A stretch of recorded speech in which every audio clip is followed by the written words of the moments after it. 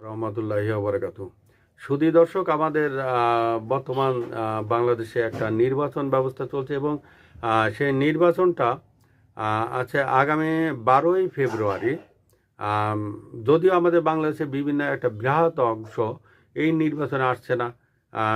50% জনগণ নির্বাচনের সাথে সংশ্লিষ্ট নয় এবং যে দলগুলো আছে সেই 50% দল এই নির্বাচন তারা করবে না, তাদেরকে এই নির্বাচনে আসতে দেওয়া হচ্ছে না।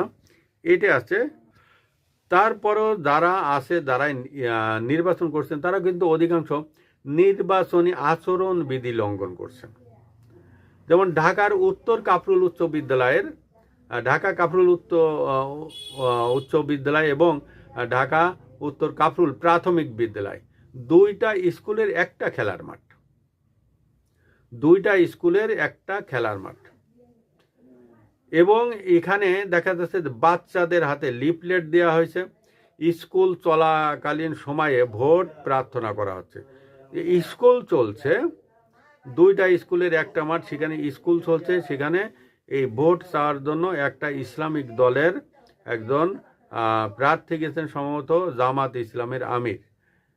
এখন তিনি গিয়ে এখানে ভোট চাচ্ছেন। এখানে সম্পূর্ণভাবে নির্বাচনী আচরণবিধি লঙ্ঘন হচ্ছে, কারণ এখানে নির্বাচন কমিশনারই একটা আইন বেঁধে দিয়েছেন। নির্বাচন কমিশনার একটা আইন করেছেন যে কোনোভাবে স্কুল চলাকালীন বা কোনো শিক্ষা প্রতিষ্ঠান চলাকালীন সেখানে গিয়ে কোনো ভোট প্রার্থনা করা যাবে না। শুধু এটা নয়, কোনো শিক্ষা প্রতিষ্ঠানে গিয়েই ভোট প্রার্থনা করা যাবে না।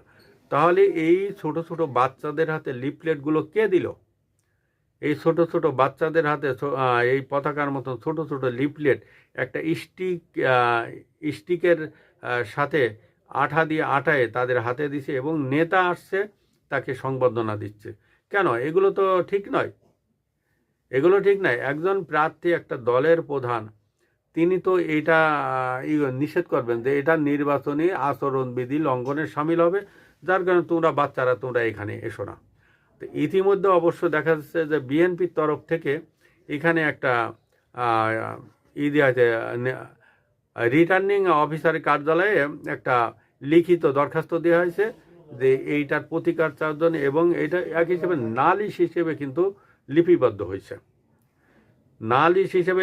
হয়েছে, এবং রিটার্নিং অফিসারের কার্যালয় থেকেও বলা হয়েছে যে কোনোভাবে স্কুল শিক্ষা প্রতিষ্ঠানে কোনো ধরনের সভা সমাবেশ প্রচারণা করা যাবে না এবং কোনোভাবে কাউকে সংবর্ধনা দেওয়া যাবে না।